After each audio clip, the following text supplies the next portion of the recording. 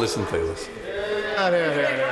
Mr Deputy Speaker, I'm delighted to be able to speak in this budget debate on the issues of public services and housing, both of which to me are intertwined in defining quality of life. They are key aspects of what should have been a budget for people and prosperity. Unfortunately, this chaotic Tory government just limps on in crisis and has failed to deliver on either. One way to inject further funds into public services in Scotland would be to pay Police Scotland and the Scottish Fire and Rescue Services in full, yes. 140 million exactly. They are due in backdated VAT. I welcome, of course, the announcement yesterday that the Chancellor made, but if the logic of the argument is true today and yesterday, it must have been true in 2015 and 2016 when we submitted it as an amendment to the Finance Bill, and it must have been true back when the Scottish Government made numerous and lengthy representations to the UK Government in the matter prior to, during and after and since the implementation of single services. I've read those representations, Mr Deputy Speaker, and it's absolutely clear that discretion has always rested with those who make the rules, the UK Treasury. We see that in the announcement yesterday. They could have saved not only money but a good deal of civil service time and effort if they had conceded this point 6 years ago.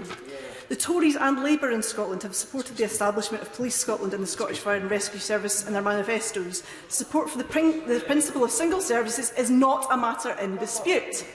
In October, the Chancellor stated that we discussed this with the Scottish Government before they made the decision to unify the police. We warned them that they would not be able to recover VAT if they made this move. The Scottish Government told us they calculated that the savings they would make would be sufficiently great that even with the loss of VAT recoverability, it would still a sensible thing to do. That's their decision, a decision which they made, and we are now constrained by the VAT rules that are in place. So, Mr Deputy Speaker, was the Chancellor misleading the public and the House when he stated that to drop the VAT rule would break EU law?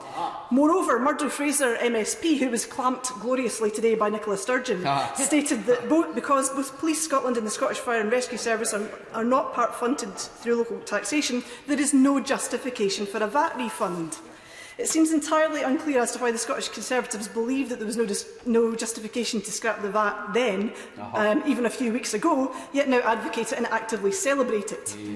I also notice, Mr Deputy Speaker, buried away on page 39 of the Budget Red Book, getting shorter a note because they used to hide things on page 88 back in 2015, that there is a change relating to VAT for combined authorities and fire services in England and Wales. This is quite interesting, Mr Deputy Speaker, and let me read.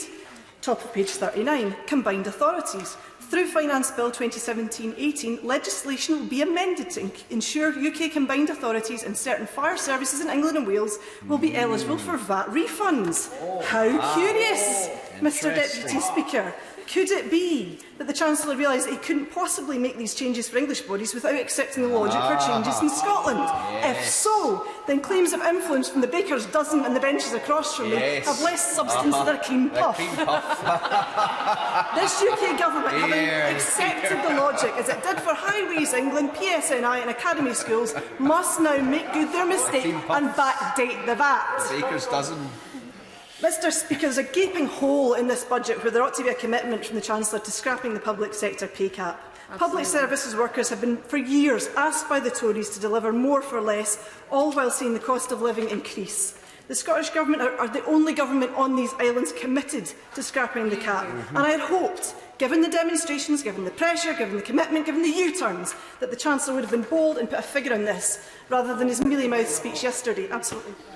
I thank my honourable friend for giving way. She's not concerned as I am that the UK Government approach to public sector pay is such that those in male-dominated workplaces will get a pay rise and those in female-dominated workplaces won't get a pay rise.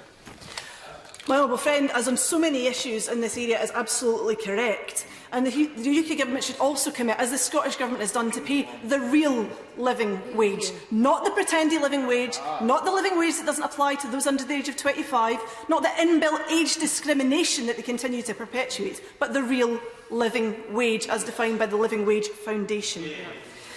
Mr Deputy Speaker, we can't hide from the fact that workers need this pay increase because in a range of different areas, prices are up. The basics, like bread and butter, have increased, bread by 5% and butter by 12% since Brexit. Just another area where this government is forcing people to spread too thinly, literally, to get by. The LSE estimated this week that the average household has lost £7.74 per week due to the higher prices of their shopping baskets. If you ask anybody at the supermarket, they will tell you the same, and it feels like an awful lot more to an awful lot many more people. A note from the Red Book that the full basic state pension will only raise by £3.65 per week, and the full new state pension by £4.80 a week, which hardly seems enough, Mr Deputy Speaker, to meet this rise, this increase in the cost of living caused by their chaotic Brexit obsession. And if you contrast this, Mr Deputy Speaker, to the £82.2 million in sovereign grant funding going to 2 pensioners and their hangers-on who live along the road from this building, it is clear that unfairness is rife in this country. The impact of a no-deal Brexit and the lack of single market membership will only make this worse. Mr Deputy Speaker, we can't deliver public services that we all rely on without a well-paid and well-motivated group of public sector workers. We must end this cap and deliver pay certainty for public sector workers right across the board, not just the NHS. As hard as they work, there are many, many other workers that work just as hard. And we must see appropriate consequentials for this as well. And I mentioned the trumpeted money by the Chancellor for the NHS, some £300 million. Scotland should have had £30 million if the government was being fair, and they're only getting 8. Jiggery-pokery of the highest order, Mr Speaker. We've also been robbed in the Tories' Great Train robbery of £600 million for our trains, and I ask that this is put right as soon as possible. Where are the Hobart?